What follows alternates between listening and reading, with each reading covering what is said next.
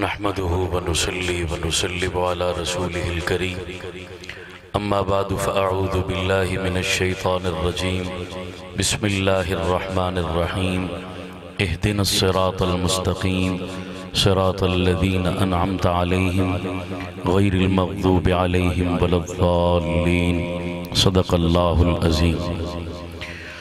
انتہائی لائق تعظیم و تکریم زینت بزم حضرات اکابر علماء کرام مشائخ اعظام، بالخصوص ہم سب کے مخدوم و مکرم مخدوم العلماء والصلحاء ولی ابن ولی حضرت اقدس حضرت مولانا پیر صاحبزادہ عبدالقدوس نقشبندی صاحب دامت برکاتہم العالیہ، دیگر حضرات علماء کرام اور میرے محترم سامعین، میرے لیے سعادت کی بات ہے کہ مجھ طالب علم کو حضرت نے یاد فرمایا، حکم دیا، ورنہ یہاں میں جچتا نہیں ہوں بالکل اتنے بزرگوں کی موجودگی میں کچھ کہنا جسارت ہے۔ تعمیل حکم میں تفصیلی بیانات سے مات فرما چکے ہیں، میں صرف دو چار باتیں مختصراً رض کر کے اجازت چاہوں گا۔ کہتے ہیں انداز بیاں بات بدل دیتا ہے، ورنہ کوئی بات نئی بات نہیں ہے۔ سب وہی بات کر چکے ہیں، ہر کہنے والے کا اپنا انداز ہوتا ہے۔ میں اپنے طالب علمانہ انداز میں چند گزارشات آپ کے گوش گزار کرنا چاہوں گا۔ میرا ذوق نظریاتی ذوق ہے، میں جس محفل میں بھی جاتا ہوں کوشش کرتا ہوں کوئی نظریاتی باتیں بھی ساتھیوں کی خدمت میں عرض کر پاؤں۔ علماء کی معلومات میں تو شاید میری گفتگو اضافے کا سبب نہ بنے، لیکن میں آپ عوام کی چند منٹ کی توجہ چاہوں گا۔ پروردگار نے ہم سب کو دو چیزوں کا بنیادی طور پر مکلف بنایا ہے۔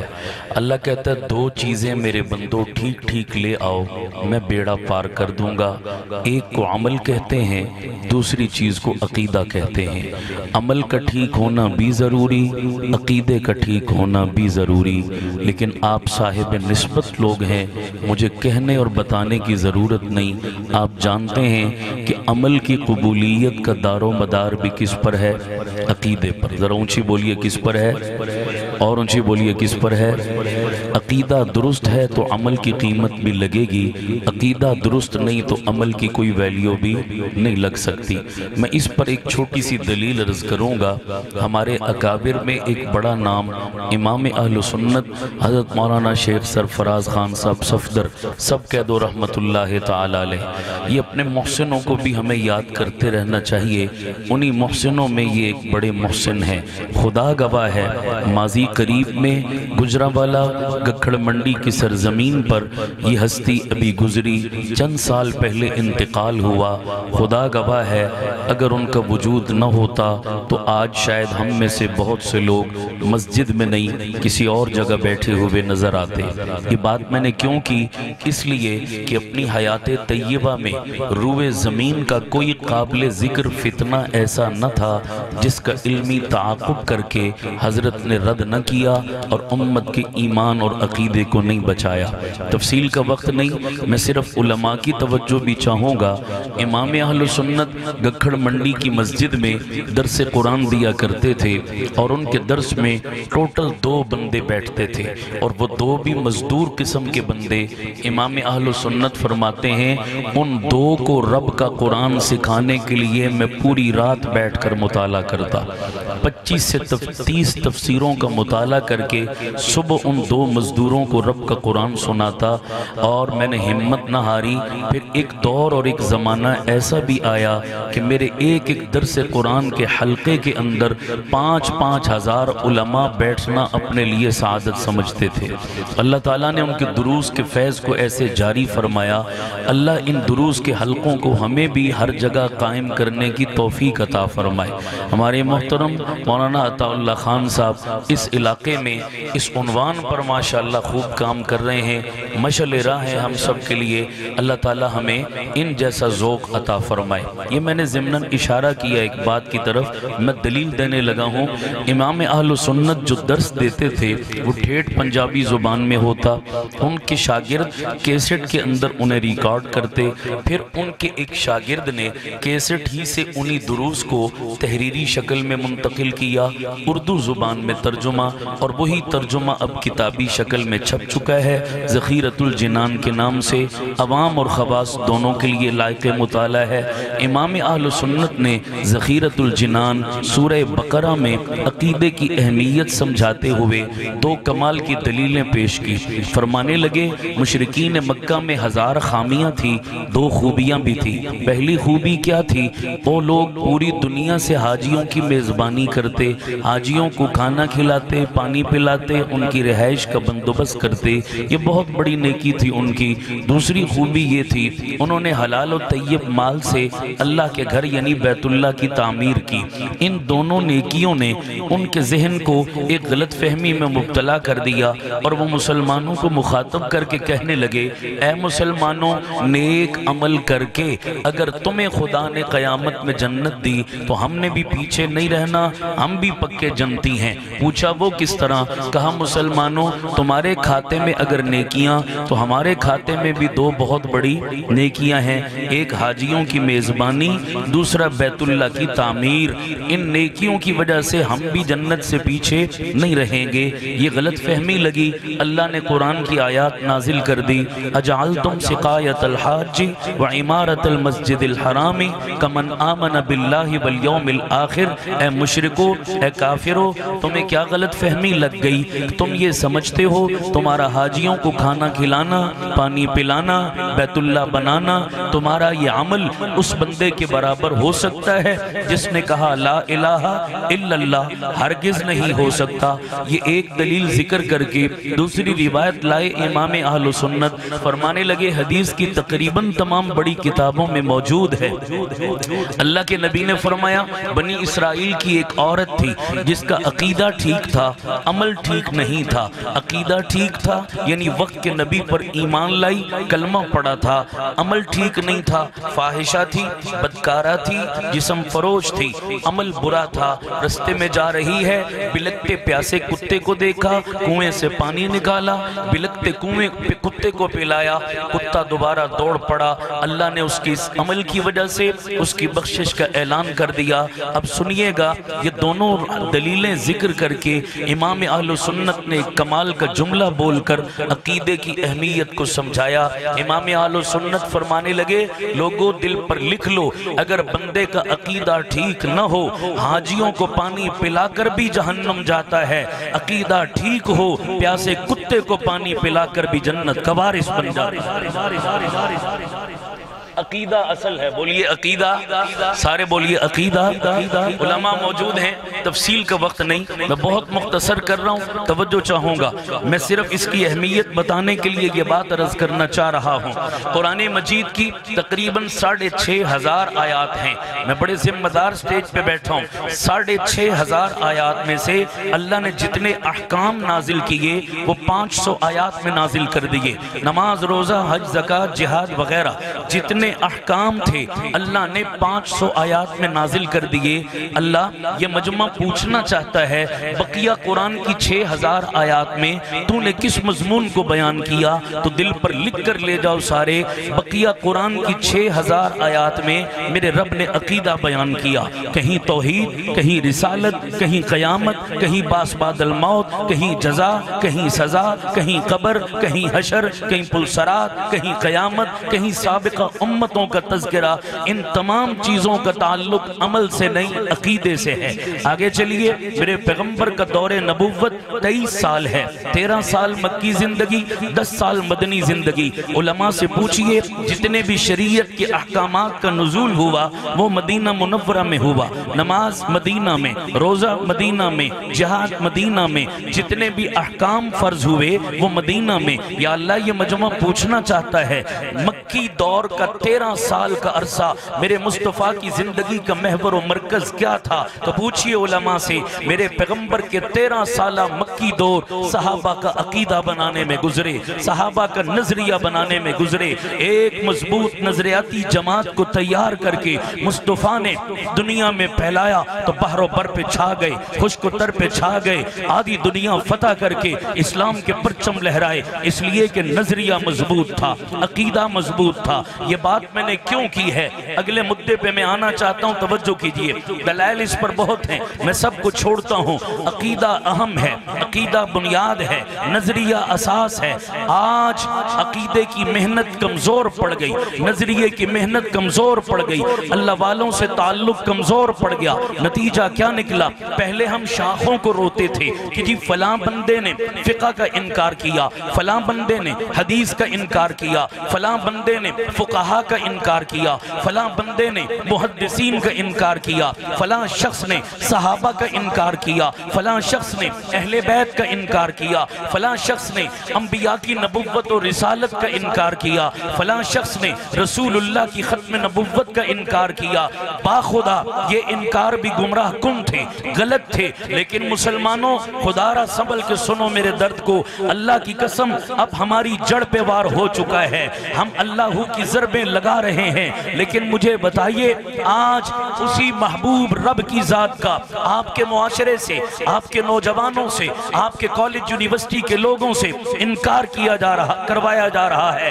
میں ذمہ داری سے کہہ رہا ہوں، یورپ کی بات نہیں کرتا، میرا کالجوں یونیورسٹیوں سے بڑا رابطہ، بڑا واسطہ، کالج یونیورسٹی کے نوجوان میرے دل کے بڑے قریب ہیں۔ خدا کی قسم اپنے مذہبی حلقوں سے باہر نکلیے، کالج یونیورسٹی میں جھانک کر دیکھیے، اب آپ کی جڑ پہ وار ہو چکا کہ آپ کے پاکستان کے کالج یونیورسٹی کے نوجوان دھڑلے سے اللہ کی ذات کا انکار کر رہے ہیں کہ اللہ کوئی نہیں، اللہ کی ذات کوئی نہیں، اسلام کوئی نہیں، قرآن کوئی نہیں، مذہب کا تصور کوئی نہیں، یہ خدا کا تصور مولوی کا قائم کردہ ہے۔ خدا کی ذات مولوی کی خود ساختہ بنائی بھی ذات ہے، ورنہ کائنات ساری بگ بینگ کا نتیجہ ہے، ایک دھماکے کا نتیجہ ہے، اس کو کوئی چلانے والا نہیں ہے۔ آج یہ تصور عام کر کے میری قوم کے نوجوانوں کو ایتھیسٹ بنایا جا رہا ہے، ملحد اور دہریہ بنایا جا رہا ہے، سوشلسٹ اور کمیونسٹ بنایا جا رہا ہے۔ میرے پاس ایک کالج ایک یونیورسٹی کا نوجوان آیا ابھی کچھ عرصہ قبل، دھڑلے سے آ کے مجھے کہنے لگا مولانا میں اللہ کو نہیں مانتا، میں اللہ کی ذات کا منکر ہوں، میرے ذہن میں مذہب کا کوئی تصور موجود نہیں ہے، آپ مجھے کوئی ایسا کامن سینس اور عقل کا جواب دے دیجئے جس کو میری عقل قبول کر لے، میں ابھی ماننے کے لیے تیار۔ میں نے اس نوجوان کو پاس بٹھایا، پیار محبت سے چائے پانی پلایا، چائے پانی پلا کے میں نے نوجوان سے کہا، میں نے کہا پیارے پوچھ تو کتنی دلیلیں پوچھنا چاہتا ہے، میں انشاءاللہ تجھے مطمئن کر کے بھیجوں گا، تجھے رب کے وجود پر کتنی دلیلیں چاہیے؟ کہنے لگا ایک بھی ہو لیکن مضبوط ہو، میں ماننے کے لیے تیار۔ میں نے اسے ایک چھوٹی سی مثال اور حکایت سنا کر بات سمجھانے کی کوشش کی۔ میں نے کہا تیرے جیسا ایک شخص اللہ کے وجود کو منکر جنگل ویرانے میں چلا گیا، ویرانے میں جا کر دیکھا ایک بوڑھی اماں چرخہ کاٹ رہی تھی۔ نوجوان اماں سے کہنے لگا اماں تیرا عقیدہ کیا ہے؟ اماں کہنے لگی بیٹا میں مسلمان ہوں۔ کہا اماں اللہ کے وجود کو مانتی ہے کہ اللہ ہے؟ اماں کہنے لگی ہاں بیٹا اسی لیے تو میں مسلمان ہوں، میں مانتی ہوں کہ اللہ ہے۔ اماں مجھے کوئی ایسی کامن سینس اور عقل کے قریب تر دلیل دے کہ میں بھی مان جاؤں کہ اللہ ہے۔ اماں کہنے لگی پتر میں عالمہ نہیں ہوں، میں پڑھی لکھی نہیں ہوں، پڑھی لکھی ہوتی تجھے میں کتابوں سے دلیل دیتی، ان پڑھ ہوں دلیل بھی ان پڑھوں والی پیش کروں گی۔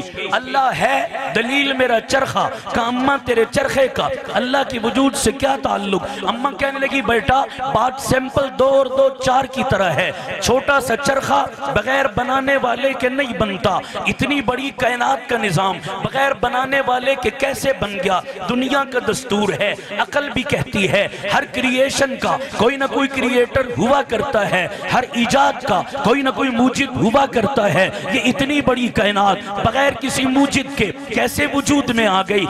چرخہ بغیر بنانے والے کے نہیں بنتا تو اللہ کی کائنات بغیر بنانے والے کے کیسے بن گئی؟ میرا چرخہ بتا رہا ہے اللہ کی ذات ہے۔ نوجوان کہنے لگا اماں مان لیا اللہ ہے، چل یہ بتا تیرے اللہ کتنے ہیں؟